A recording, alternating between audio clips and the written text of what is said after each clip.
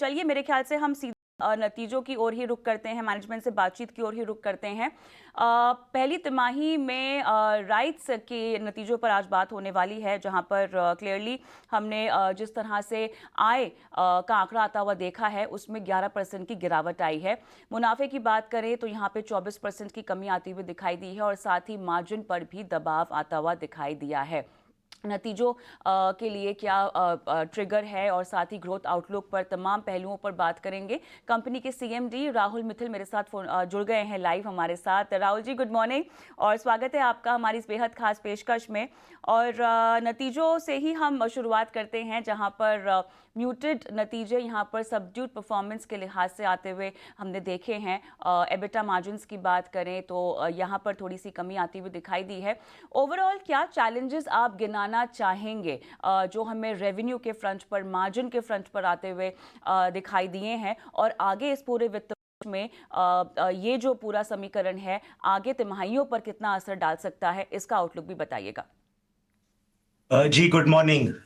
ये बिल्कुल सही है। हमारा क्वार्टर वन म्यूटेड रहा है। और अगर हम नंबर्स को एनालाइज करें तो वाई ओ वाई में जो हमारे दो मेन हिट्स थे, दो मेन चैलेंजेस थे due to the change in the business model. One was ये था, जो हमारा इंस्पेक्शन हम जो रेलवेज के लिए करते हैं वो लास्ट ईयर ये कॉम्पिटिटिव मोड में 4 लोगों में बटा, तो उसका कंप्लीट इम्पैक्ट आना शुरू हुआ ओवर द ईयर। और इस क्वार्टर में हमें नए ऑर्डर के तहत जो रेवेन्यू भी कम था और रेट्स भी कम थे, उसका पूरा इम्पैक्ट मिला। तो अगर आप वाई ओ वाई कंपेयर करें, इस स्ट्रीम ऑफ रेवेन्यू में जो एक high margin stream of revenue था, करीब हमें 25 करोड़ का इम्पैक्ट हुआ। और दूसरा जो था, जो हमारा एक्सपोर्ट ऑफ रोलिंग स्टॉक के पुराने ऑर्डर थे वो खत्म हो गए थे। लास्ट क्वार्टर में, लास्ट एफ वाई में, Q1 में 35 करोड़ का रेवेन्यू आया था जो लास्ट कोचेस जा रहे थे मोजाम्बिक। और इस एफ वाई में, इस क्वार्टर में नियरली निल है। तो ये करीब 60 करोड़ का इम्पैक्ट हुआ टॉप लाइन में। और उसका इम्पैक्ट आपको बॉटम लाइन में भी दिख रहा है और मार्जिन्स में भी दिख रहा है, क्योंकि ये दोनों हमारे high margin streams of revenue है।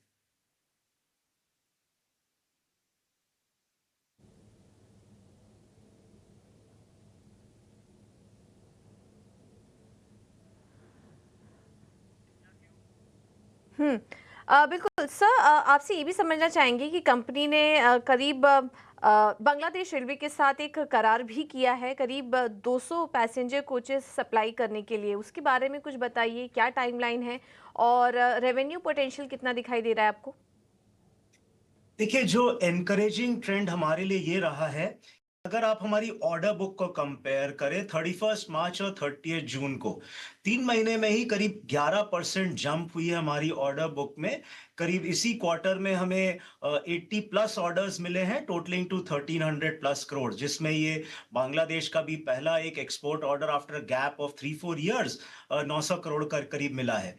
और इनफैक्ट अगर आप टोटल ऑर्डर बुक भी देखें, लास्ट एफ वाई में, पहले H1 में हमें करीब 600 करोड़ के ऑर्डर मिले थे।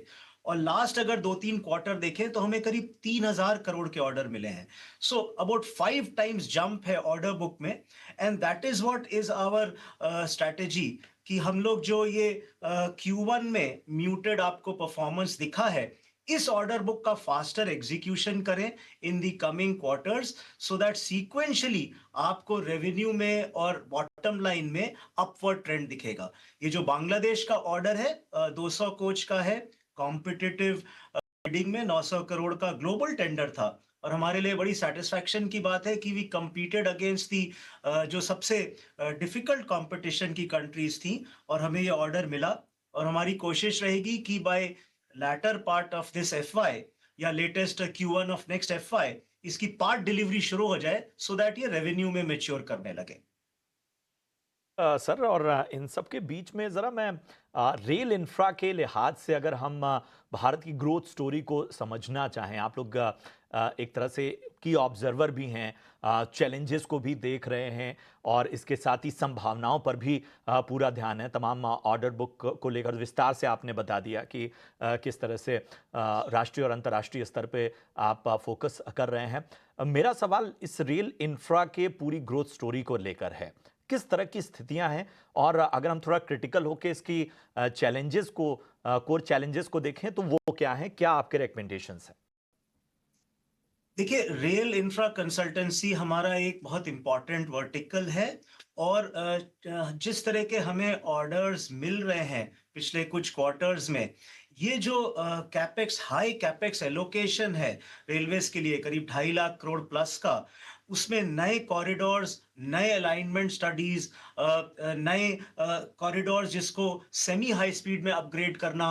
अभी रिसेंटली हमें वंदे भारत मैन्युफैक्चर के आईएसए इंस्पेक्शन का हमें कॉम्पिटिटिव बिडिंग पे ऑर्डर मिला। तो ये जो हाई इंफ्रास्ट्रक्चर कैपेक्स ग्रोथ है आईआर की, उसमें हमें तमाम, हमारे लिए बहुत अपॉर्चुनिटी है और इसको हम लीवरेज कर रहे हैं और आगे करते रहेंगे। इसके अलावा जो बहुत सारे पीएसयूज हैं, स्टेट गवर्नमेंट क्लाइंट्स हैं, उनकी साइडिंग्स की अपग्रेडेशन के लिए, और जैसे उनकी वॉल्यूम्स ही बढ़ रहे हैं, उनका रेल नेटवर्क के कनेक्टिविटी के लिए, उसमें भी तमाम हमें ऑर्डर्स मिल रहे हैं। तो हमारे लिए ये बहुत बढ़िया ग्रोथ अपॉर्चुनिटी है।